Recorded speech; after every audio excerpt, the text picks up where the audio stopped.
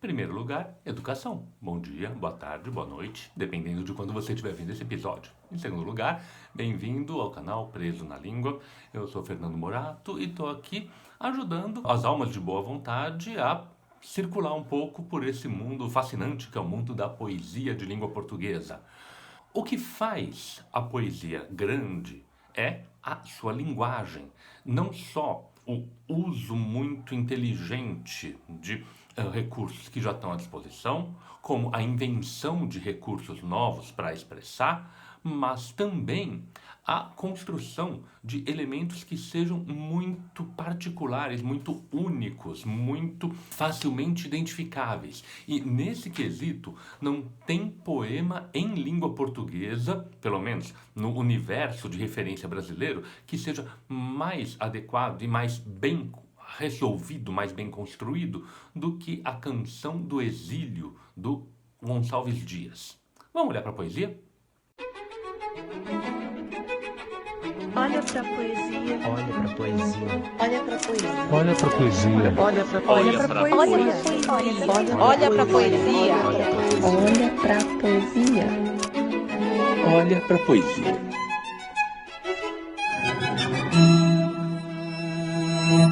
Pois bem, Gonçalves Dias, um dos nomes mais importantes do romantismo brasileiro, nascido no Maranhão em 1823 e morto em 1864, uma vida razoavelmente curta, mas infelizmente mais ou menos adequada ao tamanho da vida de vários dos seus contemporâneos.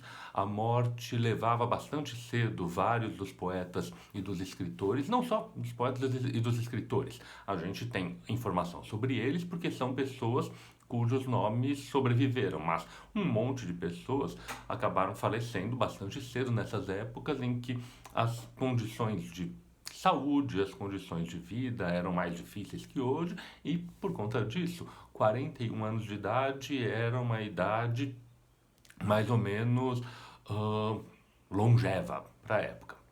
Pois bem, em 1846, o Gonçalves Dias publica o seu primeiro livro, o Primeiros Cantos, que tem na parte de poesias americanas como primeiro poema a icônica Canção do Exílio, um poema que absolutamente qualquer pessoa que tenha estudado língua portuguesa no Brasil escutou pelo menos o início. O poema diz o seguinte: minha terra tem palmeiras onde cantam sabiás. As aves que aqui gorjeiam não gorjeiam como lá. Nosso céu tem mais estrelas, nossas várzeas têm mais flores, nosso bosque tem mais vidas, nossa vida mais amores. Em cismar sozinho à noite, mais prazer encontro eu lá. Minha terra tem palmeiras onde canta o sabiá. Minha terra tem primores que tais não encontro eu cá. Em cismar sozinho à noite, mais prazer encontro eu lá. Minha terra tem palmeiras onde canta o sabiá. Não permita, Deus, que eu morra sem que volte para lá, sem que desfrute os primores que não encontro por cá, sem que ainda viste as palmeiras onde canta o sabiá. Pois bem, é um dos poemas mais famosos, é um dos poemas que soa no ouvido do falante de língua portuguesa, do leitor de língua portuguesa no Brasil. E quem vier falando minha terra tem palmeiras onde canta sabiá, seno A, cosseno B, seno B, cosseno A, vai levar uma bordoada na orelha, mas não vai. Na verdade, esse é simplesmente um reconhecimento de quão eficiente o poema é do ponto de vista sonoro. É um poema que cala tão fundo no ouvido que, inclusive, foi apropriado por uma série de outras disciplinas na escola para fazer brincadeira, para fazer piada e para fazer uso de técnicas mnemônicas. Ou seja, é um poema que está super bem realizado enquanto poema, não enquanto a expressão pessoal do Gonçalves Dias ou enquanto descrição do que seria corretamente a pátria ou não, mas enquanto conjunto de palavras que se montam dentro de uma unidade bastante coerente. Essa unidade, então, ela se identifica, ela se aglutina por algumas coisas que são interessantes de a gente prestar atenção antes de falar propriamente do conteúdo desse poema. Um dos pontos é exatamente essa vogal acentuada A, que é bastante frequente. Cá, lá, e uma rima, inclusive, que é uma rima extremamente repetitiva. Apesar de ser extremamente repetitiva, ela não é enfadonha, ela não é cansativa, ela se apresenta com uma frequência absolutamente exagerada, mas é justamente porque ela funciona como essa marca, como esse índice de algo que está obsessivamente na imaginação do sujeito lírico desse poema. Um outro ponto é justamente aquele que leva à apropriação de professores ao longo do Brasil inteiro para fazer técnicazinhas mnemônicas, que é a rítmica, a melodia do poema. É um poema muito eficiente do ponto de vista sonoro, porque a melodia, o uso do verso redondilho, daquele verso que é o mais tradicional da poesia popular de língua portuguesa, ele é muito bem feito. O Gonçalves Dias era um grande poeta, não só pelo que ele expressou, mas pelo que ele tinha capacidade e tinha conhecimento de língua.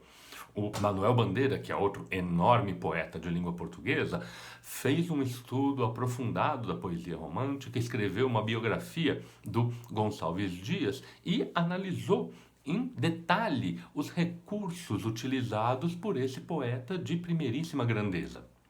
Aqui, na Canção do Exílio, o que aparece? Aparece, primeiro, uma oposição que é importante de marcar. Aqui, ou cá, e lá.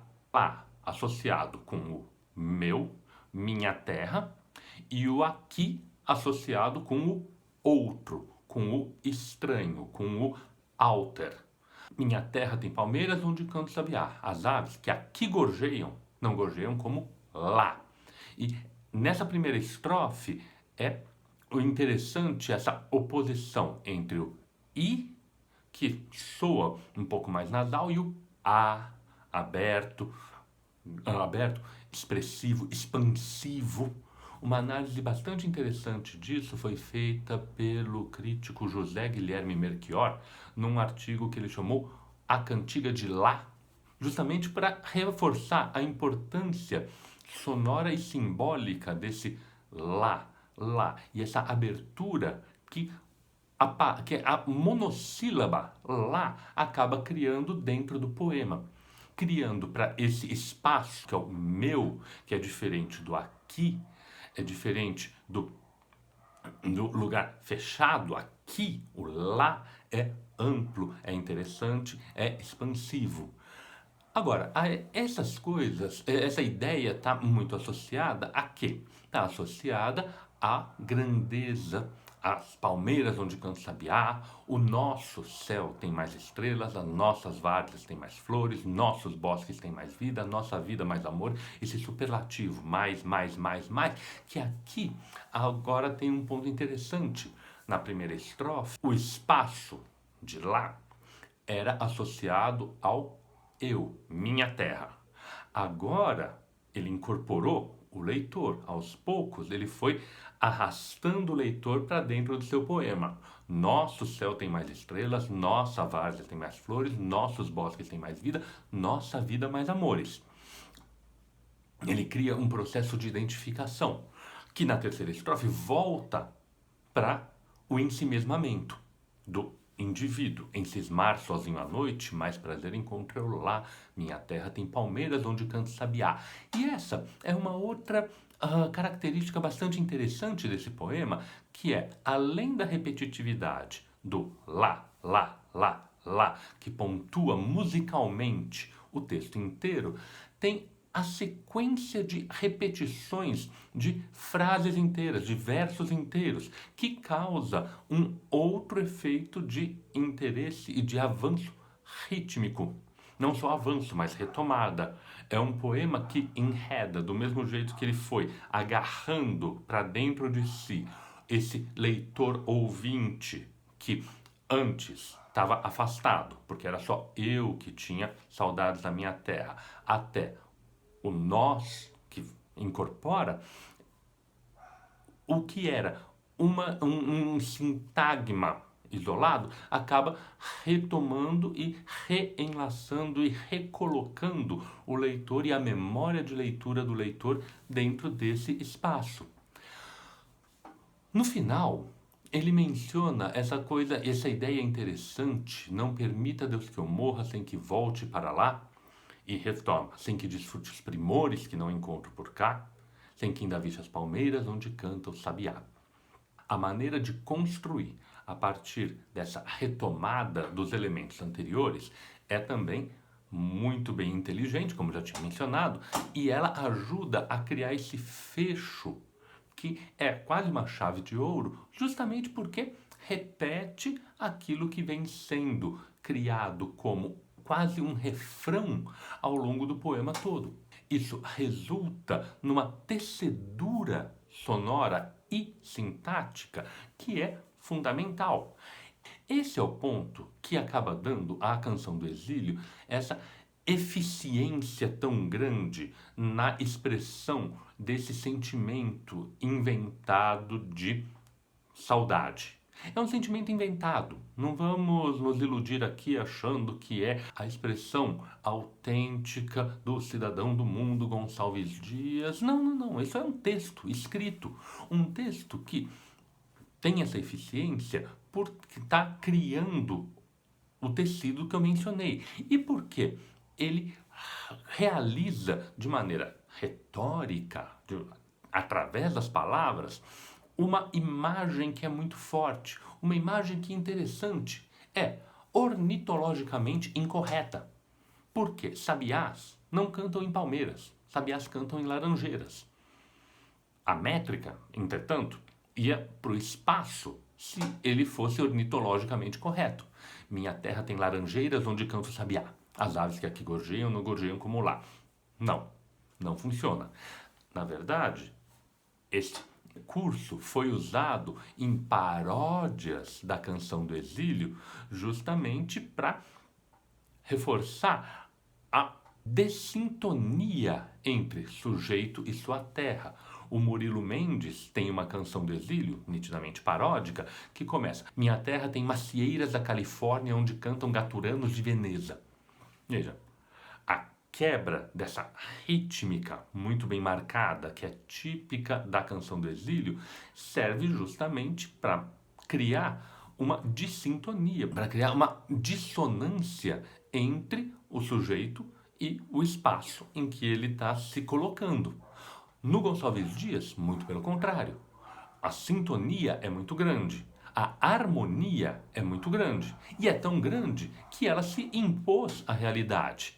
Mesmo as pessoas que sabem que os sabiás não cantam em palmeiras, encaram isso e aceitam com uma tranquilidade bastante grande por causa da eficiência sonora que esse poema tem, pela eficiência poética que esse poema tem. Então, a gente precisa, na verdade, reconhecer de verdade que esse é um texto importantíssimo, não só porque ele fale algo verdadeiro ou não, mas porque ele cria algo verdadeiro. Ele cria essa ideia da grandiosidade. Evidentemente, há lugares em que a natureza do Brasil é exuberante, há lugares em que não é. O Gonçalves Dias, natural do Maranhão, ele viajou por todo o Nordeste brasileiro, ele viu lugares maravilhosos, mas também viu lugares muito precários, muito desérticos. Independente disso, a maneira dele de colocar isso no papel foi reforçando esses elementos que são os mais interessantes, os mais poéticos, e de um modo extremamente poético e eficiente. Você já tinha prestado atenção nesses elementos? Você já tinha notado essa repetição e a inteligência das repetições? Se não, vamos olhar de novo para a poesia?